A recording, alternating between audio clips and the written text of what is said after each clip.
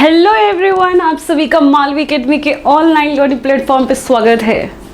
उम्मीद है आप सब बढ़िया होंगे और आप यहाँ इसीलिए आए होंगे क्योंकि आप ह्यूमैनिटी बीएड से हैं, यानी कि आप इस बार बीएड का एंट्रेंस एग्ज़ाम देने वाले हैं। ऑलराइट, सो आपके एंट्रेंस एग्ज़ाम में हर प्रकार के थोड़े डोमेन पूछेंगे। कुछ पॉलिटी से पूछेगा, कुछ कॉमर्स से भी पूछेगा, कुछ हिस्ट्री से भी पूछेगा, कुछ ज्योग्राफी से भी पूछेगा एंड इकोनॉमिक्स से भी पूछेगा। अगर पिछले साल का आप पेपर देखे हो तो आपको पता है इकोनॉमिक्स और कॉमर्स का थोड़ा सा वेटेज ज़्यादा था कंपैरेटिवली। ठीक है, तो मालवी अकेडमी आपके सामने लेके आ गया है ह्यूमैनिटी बीएड के कुछ इंपॉर्टेंट टॉपिक्स के लेक्चर। तो उम्मीद है आपको ये टॉपिक यूज़फुल लगे और अब बहुत काम की चीज़ होने वाली है आपके लिए। ऑलराइट, सो आज की क्लास स्टार्ट करते हैं और आज की क्लास में हम मार्केट स्ट्रक्चर के बारे में पढ़ेंगे। देखो, ऑल्दो मार्केट स्ट्रक्चर के बारे में बहुत सुने होंगे, लेकिन आज हम एक ऑर्गेनाइज्ड वे में पढ़ने वाले हैं जो आपके एंट्रेंस एग्जाम के लिए बहुत उपयोगी है।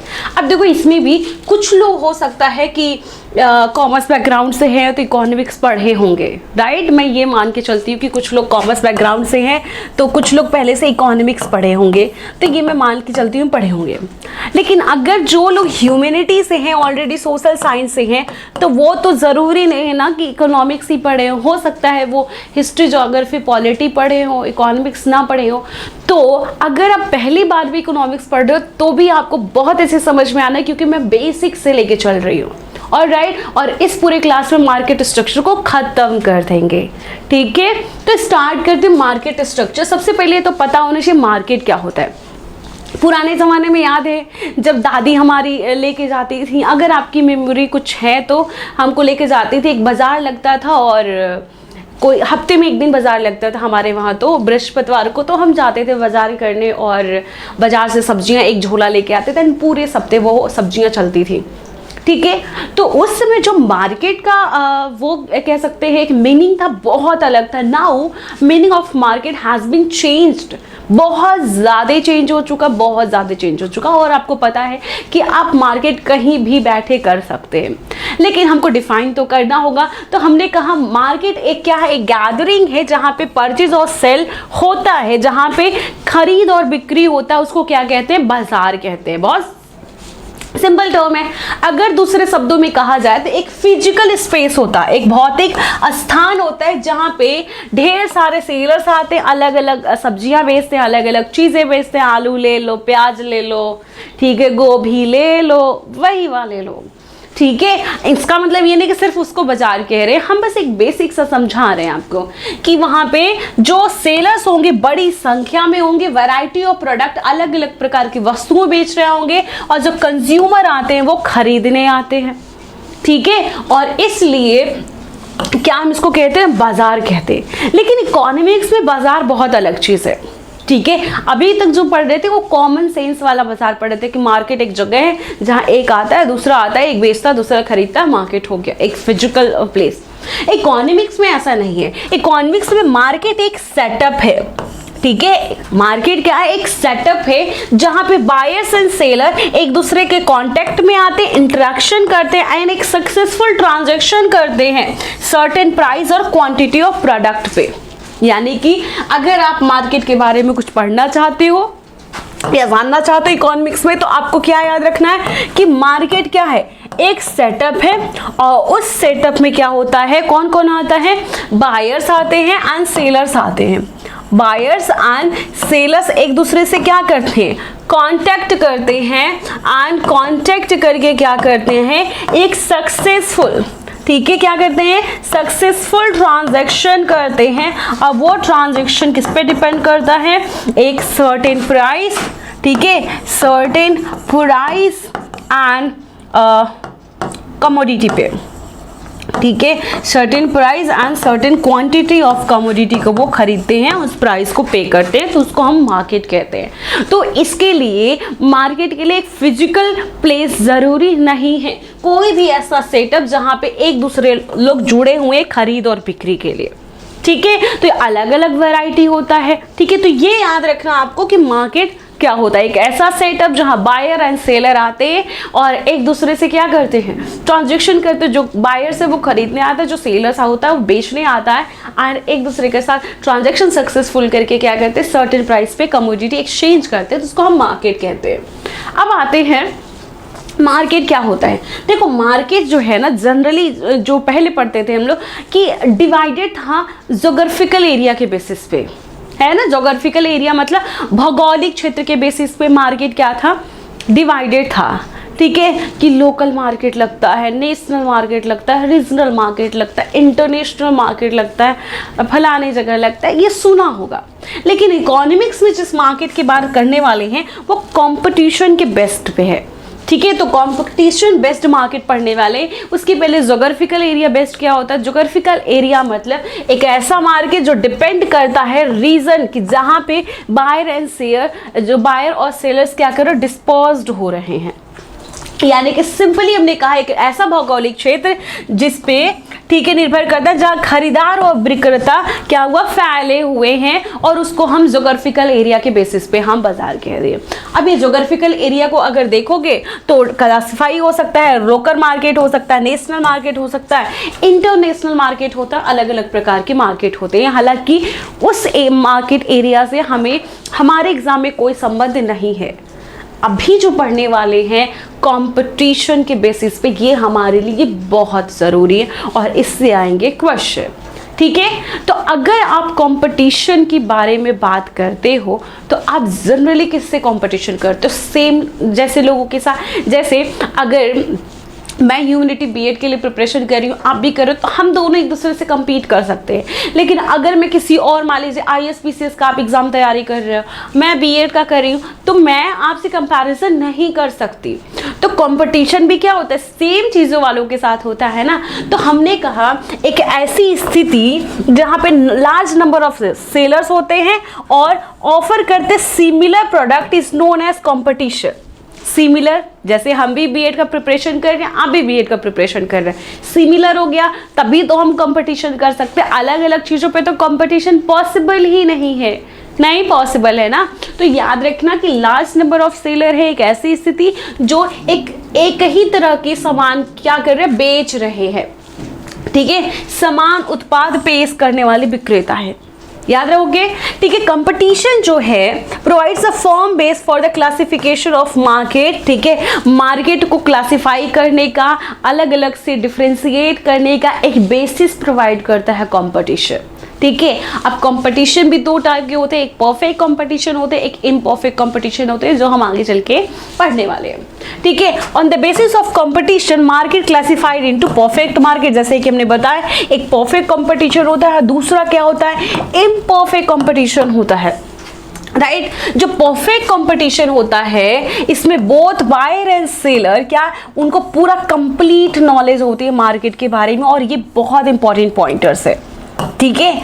जो बायर्स और सेलर्स होते हैं परफेक्ट कंपटीशन में, ठीक है, उनको मार्केट के बारे में पूरी की पूरी नॉलेज होती है कि मार्केट में प्राइस कितना चल रहा है, प्राइस कितना घट गया है, प्राइस कितना बढ़ गया है, एवरीथिंग। तो बायर एंड सेलर्स दोनों को भी कि मार्केट में पर्टिकुलर एक प्रोडक्ट का प्रिवेलिंग प्राइस क्या है, ठीक है। तो जो प्राइस ऑफ प्रोडक्ट है इसीलिए पूरे मार्केट में ऑल ओवर सेम होता है। जैसे बेसिक सा एग्जांपल परफेक्ट कंपटीशन का मैं दे सकती हूँ, सब्जी मार्केट। सब्जी मार्केट में गए, अब आप पूछे भैया लाइन से देखिए प्याज बिक रहा है, ये दुकान बिक रहा है, बगल वाला दुकान, उसके दो दुकान छोड़ के भी बिक रहा है, तो आप पूछे भैया कितना दे रहे हो, तो कह रहा है 300 रुपये पसेरी प्याज, ऐसे बोल दे।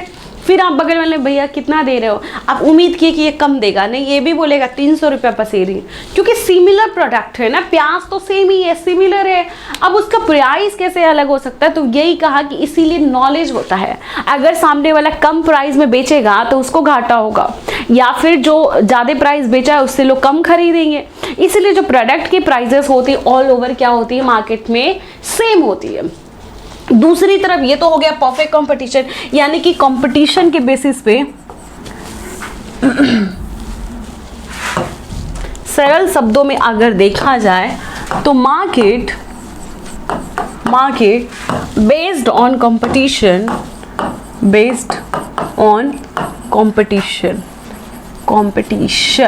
ऑलराइट। अब देखो हमने कहा दो टाइप की मार्केट होती है, एक को हम कहते हैं परफेक्ट कंपटीशन, क्या कहते हैं, परफेक्ट कंपटीशन कहते हैं, और दूसरे वाले को हम कहते हैं इम्परफेक्ट कंपटीशन। क्या कहते हैं, इम्परफेक्ट कंपटीशन कहते हैं, ये याद रखना, इम्परफेक्ट कंपटीशन। परफेक्ट कंपटीशन के बारे में हमने एक बेसिक चीज़ कहा कि इसके बारे में लोगों की जो बायर्स होते हैं, ठीक है, बायर्स एंड सेलर्स, ठीक है, दोनों को both have knowledge of market, ठीक है, मार्केट के बारे में पूरा A to Z नॉलेज होता है। बट इम्परफेक्ट में ऐसा नहीं होता है। क्यों नहीं होता है?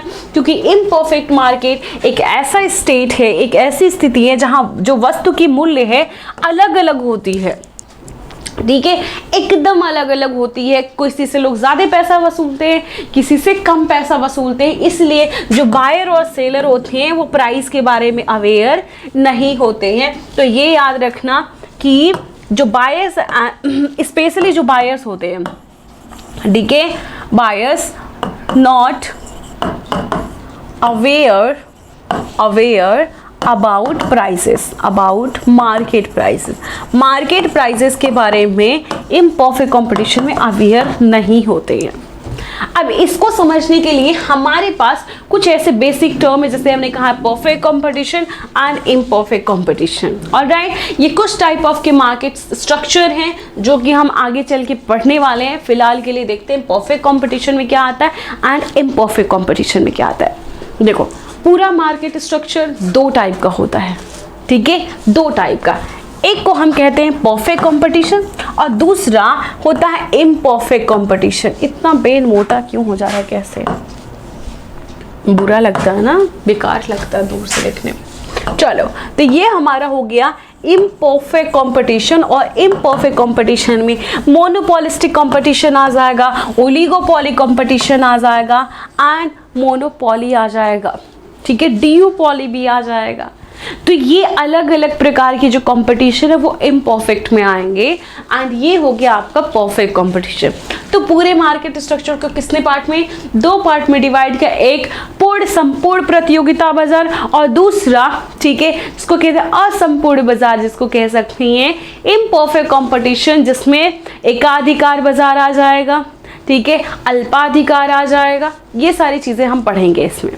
अब देखो थोड़ा सा और आगे चलते हैं। सबसे पहले परफेक्ट कंपटीशन के बारे में पढ़ेंगे। देखो एनटीए ने आपके सिलेबस को डिफाइन ही नहीं किया है, और जब आपका सिलेबस डिफाइन है ही नहीं, बस एनटीए ने क्या लिख दिया ऊपर, polity, geography, history, economics, commerce. अब आप पढ़ोगे क्या? तो ये आपको जो पढ़ाया जा रहा है प्रीवियस ईयर के क्वेश्चन पेपर को एनालाइज करके कि हाँ सिलेबस क्या हो सकता है, ठीक है।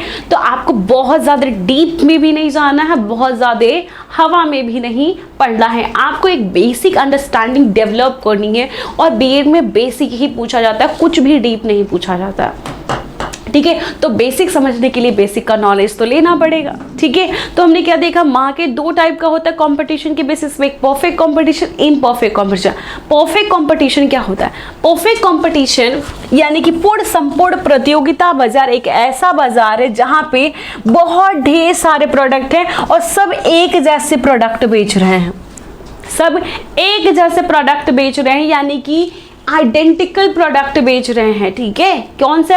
आइडेंटिकल समान उत्पाद बेच रहे हैं, आइडेंटिकल प्रोडक्ट बेच रहे हैं with along a large number of buyer, ठीक है। और लार्ज नंबर ऑफ बायर भी हैं, और हमने जैसे कहा कि वो उनको पूरा मार्केट प्राइस पता है कि आलू इतने ही रुपए केजी मिलती है, प्याज इतने ही रुपए केजी मिलती है। तो परफेक्ट कंपटीशन यानी कि पूर्ण संपूर्ण प्रतियोगिता बाजार एक ऐसा बाजार है जहाँ पे लोग क्या करते हैं, आइडेंटिकल एक जैसे प्रोडक्ट बेचते हैं, और जो बायर्स, जो खरीद रहा है, जो बेच रहा है, उन सबको पूरी नॉलेज है मार्केट के बारे में, ठीक है। अगर इंडियन के, हमारे भारत के हिसाब से देखा जाए तो secondary market for the food grain, कौन सा? अनाज के लिए जो सब मार्केट लगता है, वेजिटेबल, ये तो एग्जाम्पल दे दिए। फ्रूट का जो एक मार्केट लगता है, ये सब क्या है? परफेक्ट कंपटीशन का बेटर एग्जाम्पल है, ठीक है, भारत के हिसाब से, ठीक है। Food grain, vegetable and fruit, ये सब क्या है, ये सब परफेक्ट कंपटीशन मार्केट का एक बेसिक उदाहरण है। क्योंकि यहाँ पे बहुत ढेर सारे, जैसे आप सब्जी मंडी में चले जाओ तो बहुत ढेर सारे आपको सेलर मिल जाएंगे, और सब्जी मंडी में खरीदने वाले भी बहुत आते हैं, क्योंकि सबको चाहिए होता है सब्जी मंडी में सस्ता मिलता है तो फटाक से जा खरीद लो। तो याद रखेंगे ना कि सब्जी मंडी वाला सिस्टम जो है वो परफेक्ट कंपटीशन को टारगेट करता है, यानी कि परफेक्ट कंपटीशन है। और क्योंकि वहाँ पे लार्ज नंबर ऑफ बायर भी होते हैं, खरीदने वाले भी और बेचने वाले भी बहुत ज़्यादा होते हैं, और प्रोडक्ट क्या होता है, या तो होमोजीनियस होता है या तो आइडेंटिकल होता है, ठीक है। यानी कि अगर हो सकता है कुछ लोग प्याज बेचें तो क्या है, आइडेंटिकल है, ठीक है। होमोजीनियस मतलब एक जैसे सब सब्जी ही बेच रहे हैं, कुछ आलू बेच लेंगे, कुछ परवल बेच लेंगे, कुछ नेनुआ बेच लेंगे, तो क्या होमोजीनियस है ना, सब्जी में ही आएगा ना। तो इसलिए ये याद रखना, परफेक्ट कंपटीशन, आइडेंटिकल प्रोडक्ट बेचा जाता है या फिर होमोजीनियस बेचा जाता है। जो बायर्स एंड सेलर्स होते हैं उनको पूरी नॉलेज होती है मार्केट के बारे में। बस अभी तक इतना ही याद रखना है, ठीक है। अब आते हैं इसके कुछ फीचर्स में।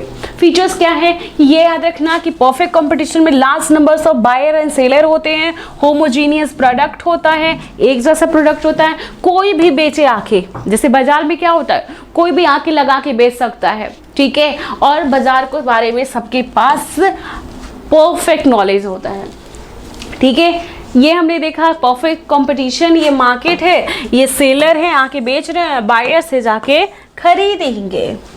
अब आते हैं कैरेक्टरिस्टिक जो कि हम पढ़ लिए हैं। हमने देखा कि large numbers of buyer and sellers होते हैं, इसके अलावा होमोजीनियस प्रोडक्ट होता है, एक जैसा समरूप वस्तुएं बेचते हैं। हमने ये भी देखा कि कोई भी आए कोई भी बेचे कोई इशू नहीं है। लेकिन इन सब में जो इम्पोर्टेंट है वो हम पढ़ने जा रहे हैं, क्या चीज़, कि परफेक्ट नॉलेज होता है मार्केट के बारे में, फर्म जो होता है प्राइस टेकर होता है, ये आपको समझाने की ज़रूरत है। फर्म जो है वो प्राइस टेकर है, कैसे है ये मैं आपको समझाती हूँ, ध्यान से देखना। एक बाजार होता है, ठीक है, आप बाजार में गए होगे सब्जी मंडी के, ऑफ कोर्स गए होगे।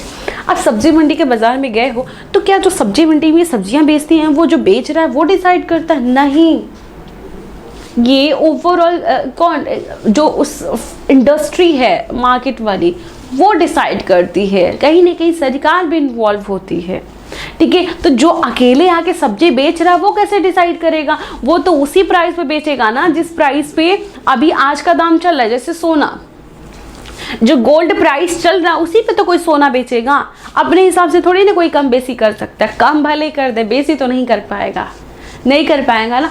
तो सेम ये जो हम परफेक्ट कंपटीशन की बात कर रहे हैं ना, पूर्ण संपूर्ण प्रतियोगिता बाजार, तो पूर्ण संपूर्ण प्रतियोगिता बाजार में जो ओवरऑल है वो कौन है, ऊपर सबसे इंडस्ट्री है।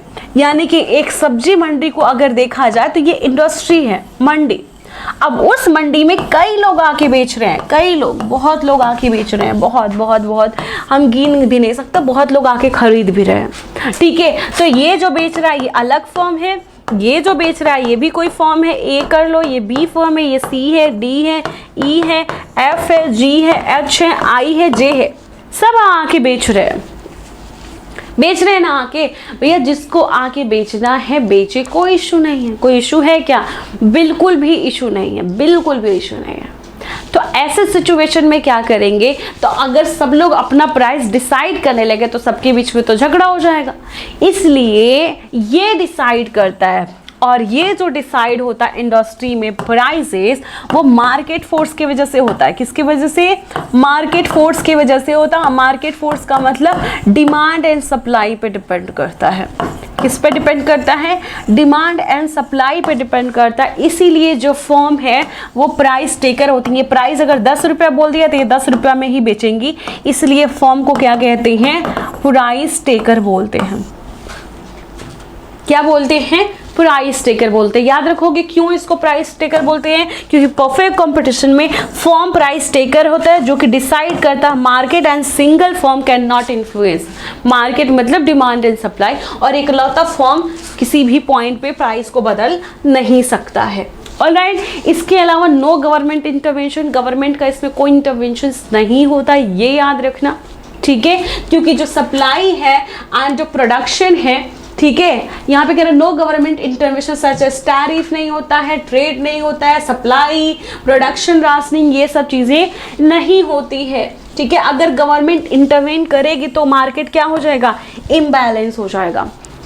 ये था आपका क्या चीज़, परफेक्ट कंपटीशन के बारे में नॉलेज था।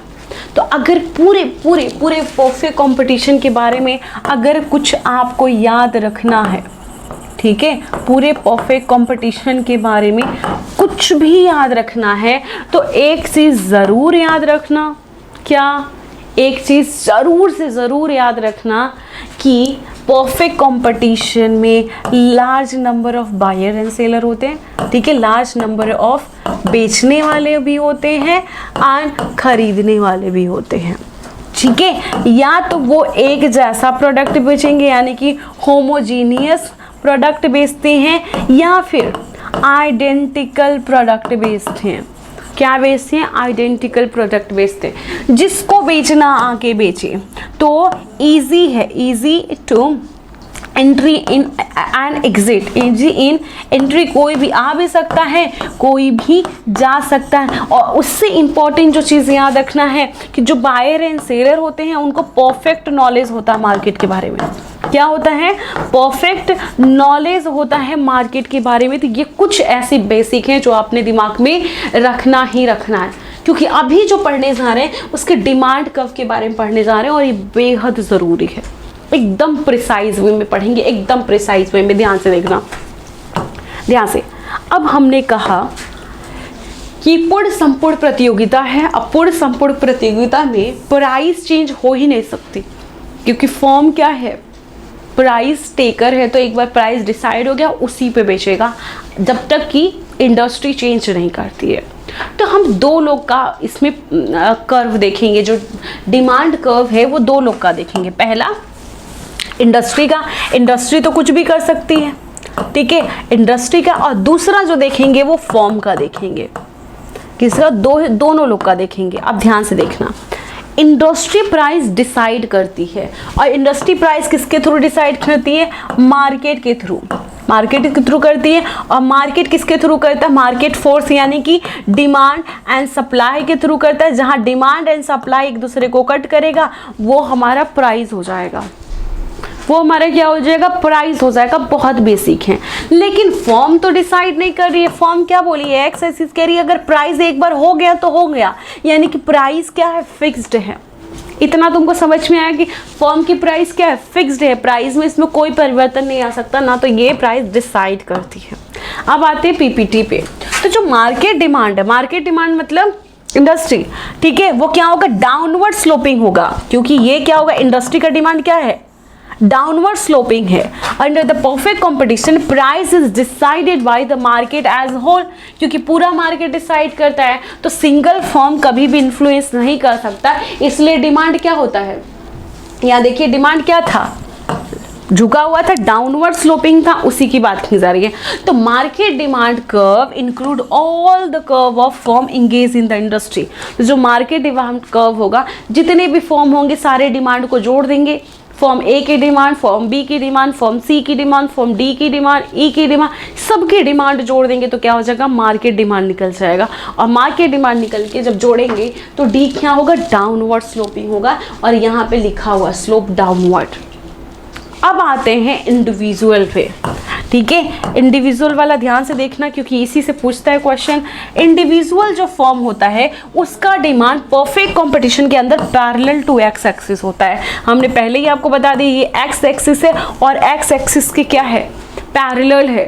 तो हमेशा याद रखना है जो डिमांड कर्व है वो किसके पैरेलल है, एक्स एक्सिस के पैरेलल है। कब, परफेक्ट कंपटीशन में, क्योंकि अलग अलग कंपटीशन आगे पढ़ने वाले हैं तो इतना परेशान नहीं होना, ठीक है। तो इंडिविजुअल फॉर्म का यानी कि एक इकलौता फॉर्म का जो डिमांड कर्व रहेगा वो एक्स एक्सिस के पैरेलल होगा। ये याद रखोगे, ये याद रखोगे कि नहीं, बिल्कुल, क्योंकि कभी भी मार्केट प्राइस को रिफ्लेस कर ही नहीं सकता। तुम बहुत ज़्यादा भी बेच रहे हो चाहे बहुत कम बेच रहे हो, ठीक है, चाहे तुम 1 कुंटल आलू बेच लिए, चाहे तुम 1 किलो आलू बेच लिए, चाहे तुम सिर्फ जाके मिर्चा ही बेच रहे हो, कुछ भी कर लो, तुम प्राइस को नहीं बदल सकते। प्राइस तुमको एक्सेप्ट करके उसी प्राइस पे बेचना। अगर तुम बेचना चाहते हो तो बेचो, नहीं बेचना चाहते हो तो नमस्ते टाटा बाय जय हिंद, ये वाला सिस्टम है। ठीक है, अब कह रहा है अगर किसी इक्विलिब्रियम डिसाइड करना है कि एक फर्म कब संतुलन की स्थिति पे आएगी, तो सिर्फ और सिर्फ उसकी खुद की सप्लाई पे डिपेंड करता है कि जितना ज़्यादा वो बेच ले उतना ज़्यादा मुनाफा कमाएगी, क्योंकि प्राइजेस सबकी सेम है।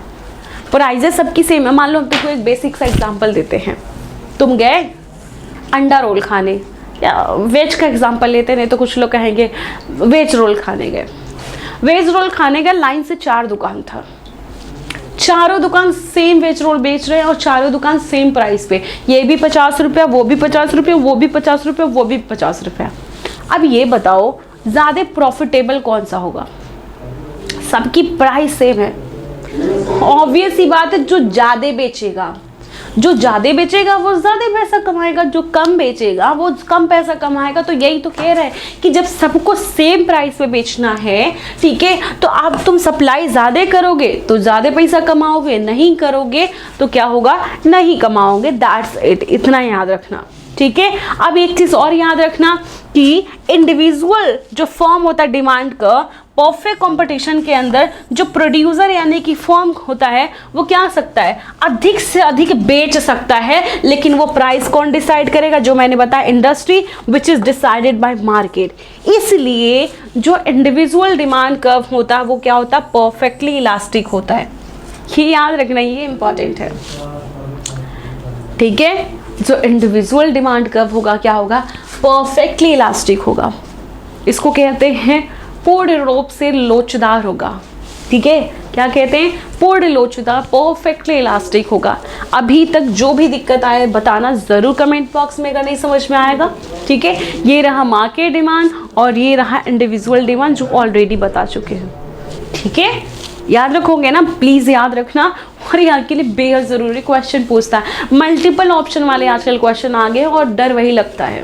पहले का वो वाला डायलॉग ख़त्म हो गया कि थप्पड़ से डर नहीं लगता साहब, लगता है। और ये थप्पड़ आपके एनटीए वाले चाचा जी मारेंगे, ठीक है, एग्ज़ाम में, तो डरना ज़रूरी है। तो ये हो गया आपका मार्केट डिमांड और ये हो गया आपका इंडिविजुअल डिमांड। अब आते हैं कि परफेक्ट कंपटीशन में लोग कैसे इक्विलिब्रियम पे आएंगे। तो परफेक्ट कंपटीशन में अगर कोई, ठीक है, इक्विलिब्रियम में आना चाहता है तो उसको दो कंडीशन, क्योंकि प्राइस क्या है? फिक्स है, प्राइस में चेंजेस नहीं हो सकता। तो पहला कंडीशन है कि जब मार्जिनल कॉस्ट बराबर हो मार्जिनल रेवेन्यू के। एक चीज़ और, अगर आपको कॉस्ट और रेवेन्यू का कॉन्सेप्ट नहीं पता है तो कॉस्ट का लेक्चर आप जाके सर्च करके देख सकते हैं मालवी एकेडमी के इसी चैनल पे। ठीक है, तो मार्जिनल कॉस्ट किसके बराबर है? मार्जिनल रेवेन्यू के। और जो मार्जिनल कॉस्ट मार्जिनल रेवेन्यू को टच करके नीचे से ऊपर की ओर जाएगा तभी संतुलन की स्थिति होगी, यानी कि ये दोनों सेटिस्फाई करेंगे। क्या मैम क्या बता रही है, समझ ही नहीं आ रहा है, यही सोच रहे हो ना? आते हैं, इसकी बात कर रहे हैं। अब इसकी बात कर रहे हैं मैम, ये कैसे समझें? हमको तो समझ ही नहीं आ रहा है। ये हमको नहीं पढ़ना, ये मार्केट का है। हमको जो पढ़ना है इंडिविजुअल का पढ़ना है। और ध्यान से देखिएगा, इंडिविजुअल का मैं नीचे बता देती हूँ। ये आपका एक्स एक्सिस है, ठीक है, और ये आपका वाई एक्सिस है। आपको पता है यहाँ क्वांटिटी होता है और यहाँ होता है प्राइस। और हमने कहा प्राइस है फिक्स, यानी कि पी क्या है? फिक्स है। पी क्या है? फिक्स है। और डिमांड भी क्या है? स्ट्रेट लाइन ही है। हमने कहा ना कि फॉर्म का जो डिमांड कर्व होता है वो एक्स एक्सिस से पैरेलल होता है। X axis. अब आपको पता है कॉस्ट कर्व, ठीक है। हमने कहा पहला चीज़ जो एमसी एक्स एक्सिस को टच किया, ठीक है, एमसी यहाँ पे टच किया है किसको? प्राइस को। तो पहला जो कंडीशन था इक्विलिब्रियम पे आने के लिए, ठीक है, इक्विलिब्रियम पे आने के लिए तो पहला कंडीशन था कि ma'am MC is equal to MR होनी चाहिए। तो यहाँ पे जो D है ना वो एवरेज रेवेन्यू के बराबर है और यही मार्जिनल रेवेन्यू के बराबर है, ठीक है, याद रखोगे। तो हमने कहा पहला चीज़ याद रखोगे कब? MC is equal to MR। तो पहला कंडीशन तो यही फुलफिल हो जा रहा है। लेकिन फिर आपसे एक चीज़ और कह दिया कि कटने के बाद ठीक है, इंटरसेक्ट करने के बाद पॉजिटिव स्लोप होना चाहिए। लेकिन अगर आप यहाँ देखोगे तो नेगेटिव स्लोप है, यानी कि पॉजिटिव स्लोप कौन सा है, ये है। तो ये वाला कंडीशन नहीं, ये वाला कंडीशन इक्विलिब्रियम को दिखाएगा जब MC is equal to MR होगा। बस इतना ही बेसिक से आपको समझना है कि एक परफेक्ट कंपटीशन में इक्विलिब्रियम पे कैसे होगा, जब MC is equal to MR होगा और MC कट करके पॉजिटिव स्लोप बना रहा होगा, तब एक फॉर्म इक्विलिब्रियम के कंडीशन पे होगा। ऑलराइट, एक मार्केट कब होगा, जब डिमांड और सप्लाई एक दूसरे को इंटरसेक्ट करेगी, जो प्रिवेलिंग प्राइस आएगा वो हमारा क्या होगा, मार्केट प्राइस हो जाएगा। तो मार्केट प्राइस तो बहुत ईजी है, मुझे उम्मीद है कि आपको समझ में आ रहा है। अब इसमें भी 3 कंडीशन होती है परफेक्ट कंपटीशन में, है ना। 3 कंडीशन होती हैं। पहला कंडीशन कि अगर क्या हुआ, सुपर नॉर्मल प्रॉफिट हुआ, तो सुपर नॉर्मल प्रॉफिट में एक चीज हमेशा याद रखना, एवरेज रेवेन्यू ज्यादा होता है एवरेज कॉस्ट से। ठीक है, बस ये आपको ये समझना है कि हाँ पैसा ज्यादा आ रहा है, कॉस्ट कम लग रहा है। देखो कॉस्ट, पैसा ज्यादा आ रहा है, यहाँ पे सब बराबर होगा। Average is equal to marginal, marginal is equal to marginal cost, marginal cost is equal to average cost. ये नॉर्मल प्रॉफिट है। इसका जस्ट उल्टा लॉस हो जाएगा, यानी कि जब आपका रेवेन्यू कम हो रहा है, कॉस्ट ज़्यादा लग रहा है, ठीक है, तो ये आपका क्या हो जाएगा, लॉस हो जाएगा। बहुत सिंपल है, तो ये याद रखना। आप सीधे सीधे चलते हैं इम्परफेक्ट कंपटीशन पे, क्योंकि ये आपके काम की चीज़ नहीं है। अगर आपको लगता है तो आप ज़रूर पढ़िए, ठीक है। अब चलते इम्परफेक्ट कंपटीशन। इम्परफेक्ट कंपटीशन मतलब एक ऐसे टाइप की कंपटीशन, ठीक है, जहां पे जो प्रोडक्ट होते हैं या तो एकदम बिल्कुल अलग होंगे, हेट्रोजीनियस जिसको कहते हैं, डिसिमिलर, एक दूसरे के बिल्कुल अपोजिट होंगे। यानी कि ऐसा मार्केट जहां पे कोई भी प्रोडक्ट एक दूसरे से मैच नहीं कर रहा है। तो परफेक्ट के जस्ट उल्टा, पूर्ण संपूर्ण प्रतियोगिता के जस्ट उल्टा है अपूर्ण प्रतियोगिता। यानी कि इम्परफेक्ट कंपटीशन मार्केट एक ऐसा कंपटीशन मार्केट है जहां लार्ज नंबर ऑफ सेलर्स होते हैं और सब हेट्रोजीनियस प्रोडक्ट बेचते हैं, यानी कि एकदम बिल्कुल अलग अलग प्रोडक्ट बेचते हैं, ठीक है। और ये एकदम परफेक्ट कंपटीशन के बिल्कुल अपोजिट है। बिल्कुल जो कॉन्सेप्ट है इम्परफेक्ट कंपटीशन का पहली बार दिया था जॉन रॉबिन्सन सर ने। किसने दिया था, प्रोफेसर जॉन रॉबिन्सन सर ने। और एक चीज़ हमेशा याद रखना, परफेक्ट कंपटीशन, इसमें कंपैरिजन हर स्टेज पे करना। परफेक्ट कंपटीशन में जो बायर्स थे और सेलर थे उनको सब सारी इंफॉर्मेशन पता थी, सारी इंफॉर्मेशन पता थी, लेकिन फॉर्म बेचारे कुछ नहीं कर सकते। जैसे हमको पता है सामने वाला चोरी किया, लेकिन हम उसको कुछ कह नहीं सकते, हम पुलिस थोड़ी ना है। सेम वहाँ पे था, आपको पता था कि फॉर्म आपको पैसा कम दे रही है, लेकिन आप कुछ कर नहीं सकते। लेकिन यहाँ पे आपके पास पूरा अधिकार है, ठीक है। यहाँ पे अगर आप फॉर्म है, कुछ उत्पादन कर रहे हैं, तो आप प्राइस को इन्फ्लुएंस कर सकते हैं, ठीक है, जो आप बेच रहे हैं। तो जो आप बेच रहे हैं वो प्राइस को कर सकते हैं। अब इम्परफेक्ट कंपटीशन 3 टाइप की होती है बेसिकली। मोनोपॉलिस्टिक होती है, मोनोपॉली होती है, एंड एक होती है ओलिगोपॉली, ठीक है। तो सबसे पहले हम मोनोपॉली पढ़ेंगे कि मोनोपॉली क्या है। देखो बहुत इजीली, बहुत मैं शॉर्टकट में चल रही हूँ क्योंकि मुझे पता है कि बीएड में किस हिसाब से आपको पढ़ाना है, क्योंकि एकदम डीप में तो आएगा ही नहीं, राइट, नहीं आएगा इतना डीप में। अब आते हैं मोनोपॉली। मोनोपॉली मतलब सिंगल सेलर, मोनोपॉली मतलब एकाधिकार, और एकाधिकार मतलब एक का ही अधिकार है, यानी कि अकेला आया बेचने, इसके पास एक लौता पावर है कि वो उत्पादन भी कर रहा, बेच भी रहा है। जैसे कि रेलवे, हमारे देश में रेलवे क्या है, एक लौता है, इसके अलावा और कोई है जो ट्रेन चला रहा है, नहीं, इंडियन रेलवे है। तो इंडियन रेलवे क्या है, मोनोपॉली क्रिएट करके रखा हुआ है और इसके अलावा कोई भी प्रतिस्थापन नहीं है। इसी को हम सिंगल फॉर्म इंडस्ट्री कहते हैं, यानी कि इंडस्ट्री भी ये खुद है, फॉर्म भी ये खुद ही है।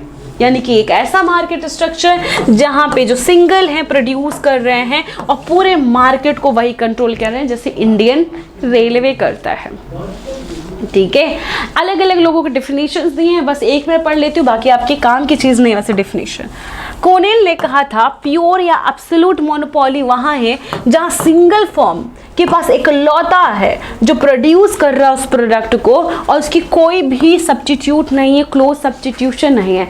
जैसे ट्रेन का कोई क्लोज सब्स्टिट्यूशन नहीं है, नहीं है ना कि इंडियन रेलवे नहीं चला लिए फलाना। जैसे फ्लाइट का है, फ्लाइट में अगर इंडिगो से नहीं जा रहे हो तो स्पाइस जेट से चले जाओ, आप जा सकते हो ना, किंगफिशर से चले जाओ। तो फ्लाइट में आपके पास ऑप्शन अवेलेबल है, लेकिन ट्रेन में आपके पास ऑप्शन अवेलेबल नहीं है। तो मोनोपोली यानी कि एकाधिकार का मतलब सिंगल सेलर होता है जिसका कोई भी प्रतिस्थापन वस्तु नहीं है मार्केट में, और डिमांड एंड सप्लाई पूरा एक सिंगल सेलर कंट्रोल करता है। यानी कि रेलवे पूरा प्राइस क्या करता है, कंट्रोल करता है, ये याद रखना। और इसके डिमांड कर्व की बात करें, पहले हम फीचर्स पढ़ लेते हैं तब डिमांड कर्व जाएंगे। ठीक है, इसका फीचर्स ये है कि ये खुद ही एक इंडस्ट्री है, खुद ही प्राइस बनाता है, फुल कंट्रोल है, इसका कोई प्रतिस्थापन वस्तु नहीं है, इसका जो स्लोप है वो डाउनवर्ड है, कैसे हम देखेंगे, लेकिन कोई और नहीं बेच सकता। जैसे अगर इंडियन रेलवे है तो इंडियन रेलवे के अलावा कोई और किसी की हिम्मत है आके ट्रेन चला दे? पॉसिबल ही नहीं। हिम्मत का छोड़ा, अगर हिम्मत है भी तो उतना बजट कहाँ से आएगा, उतना पेशेंस कहाँ से आएगा। ट्रैक तो बन चुका ऑलरेडी, आपको पता नहीं कितने महीने लगते, कितने साल लगते, कितने बरसों लगते, तब जाके तो ग्रोथ होता है। तो इसलिए ये क्या है कि ये बैरियर एंट्री में कोई और नहीं आ सकता इस सेक्टर में, और इसका स्लोप डाउनवर्ड होता है। डाउनवर्ड इसलिए होता है, ठीक है, क्यों होता है मैं बता देती हूँ आपको। हमारे पास है इसको समझाने का तरीका।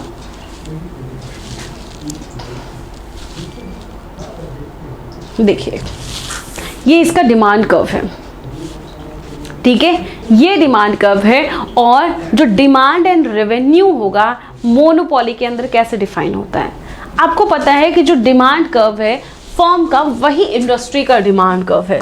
ठीक है, वही क्या इंडस्ट्री का डिमांड कर्व। जो मोनोपोलिस का डिमांड कर्व है उसको हम एवरेज रेवेन्यू कर्व भी कहते हैं, AR कर्व भी कहते हैं। और हमने कहा कि इसका जो डिमांड कर्व है क्या है, ये नीचे की ओर झुका हुआ, क्योंकि इंडस्ट्री है तो इंडस्ट्री का डिमांड कर्व कैसा था, ऐसे था। तो यही फॉर्म भी है, ये इंडस्ट्री है तो इसका भी डिमांड कर्व क्या रहेगा, नीचे की ओर डाउनवर्ड स्लोपिंग होगा। लेकिन ठीक है, स्लोपिंग तो होगा, ये इक्विलिब्रियम पे कैसे आएगा, कैसे डिसाइड करेंगे प्राइस। तो इसको डिसाइड करने के लिए हमने कहा जब average revenue and marginal revenue, ठीक है, एक दूसरे से अलग है, ठीक है, मार्जिनल रेवेन्यू कर्व और एवरेज रेवेन्यू कर्व एक दूसरे से अलग हैं। जो MR है हमेशा क्या होगा, AR के नीचे होगा। जैसे मैं आपको समझा देती हूँ क्या कहना चाहती हूँ। ये आपका डिमांड कर्व है, और इसी डिमांड कर्व को अगर आप यहाँ देखो, दिख रहा है ना, इसी को हम कह रहे हैं ये एवरेज रेवेन्यू है। और क्योंकि मोनोपोलिस जो होते हैं हर किसी से अलग अलग पैसा वसूल करते हैं, हर किसी से अलग अलग पैसा, जब हर किसी से अलग अलग पैसा ये वसूल करते हैं तो उनकी जो MR होगी, मार्जिनल रेवेन्यू होगी, वो ये होगी। मार्जिनल रेवेन्यू दो पार्ट में एवरेज रेवेन्यू को डिवाइड करती है। पहला चीज, ठीक है, कि मार्जिनल रेवेन्यू एवरेज रेवेन्यू को दो पार्ट में डिवाइड करती है। दूसरा चीज, मार्जिनल रेवेन्यू हमेशा नीचे रहती है झुक के, ठीक है, किसने, एवरेज रेवेन्यू से। देखिए, marginal revenue curve lie below the average revenue, और जो स्लोप है MR कर्व का ये ट्वाइस है स्लोप ऑफ AR। यही तो बताया कि MR क्या करती है, दो पार्ट में इसको डिवाइड करती है, ठीक है, ये याद रखोगे। इसकी इलास्टिसिटी अगर आप देखो तो जैसे हम, अगर आपको याद हो तो पॉइंट मेथड का इलास्टिसिटी पढ़े थे, पॉइंट मेथड, अगर नहीं आप देखे हो तो देख लेना। एक्स एक्सिस पे क्या होता है, ED इज इक्वल टू 0 होता है, यहाँ क्या होता है, ED इज इक्वल टू 1 होता है, इसके बीच में क्या हो जाएगा, लेस देन 1 हो जाएगा, ऊपर क्या हो जाएगा, इनफाइनाइट हो जाएगा। तो यहाँ पे वही है, ये जो बीच बीच वाले में है ED इज इक्वल टू 1 है, इससे ऊपर ED is equal to more है, और इससे नीचे क्या है, ED is equal to less than 1 है, ठीक है। तो ये रहा आपका ग्राफ। इसमें भी आपको इस सेम चीज़ याद रखना है कि जब हमारा average and marginal both are negatively sloped, ये तो हम पढ़ेंगे, ये आया इक्विलिब्रियम। इक्विलिब्रियम पे आने के लिए इसमें भी सेम चीज़ है कि जब MC is equal to MR होगा और उसको कट करने के बाद जो MC है वो पॉजिटिव स्लोप है। ये हमारा डिमांड कर्व है, ये हमारा मार्जिनल रेवेन्यू है, और हमने कहा MC जब कट करके ऊपर की ओर जाएगा, यानी कि ये वाला जो पॉइंट है ना, ये हमारा क्या है, इक्विलिब्रियम को शो करेगा, कंडीशन। यानी कि एक मोनोपोलिस्ट इक्विलिब्रियम पे तब होगा जब वो इतना अमाउंट ऑफ प्रोडक्शन उत्पादन कर ले जिसको टोटल प्रॉफिट दे रहा हो। और इसको समझने के लिए हमारे पास कंडीशन है। और प्रॉफिट तब मैक्सिमम होगा, पहले कहा कि एक मोनोपोलिस्ट इक्विलिब्रियम पे तब होगा जब उसकी प्रॉफिट मैक्सिमम पे होगी, ठीक है। जो टोटल प्रॉफिट होगा वो मैक्सिमम पे होगा, और टोटल प्रॉफिट मैक्सिमम पे कब होगा, जब MC is equal to MR होगा, और जो MC होगा कट करके, ठीक है, इंक्रीजिंग कॉस्ट कंडीशन में होगा, यानी कि ऊपर की ओर जाएगा, यानी कि इस पोर्शन की बात की जा रही है, ठीक है। तो ये आपका हो जाएगा मोनोपोली के प्रॉफिट का कंडीशन। ऑलराइट, उम्मीद है आपको ये समझ में आया।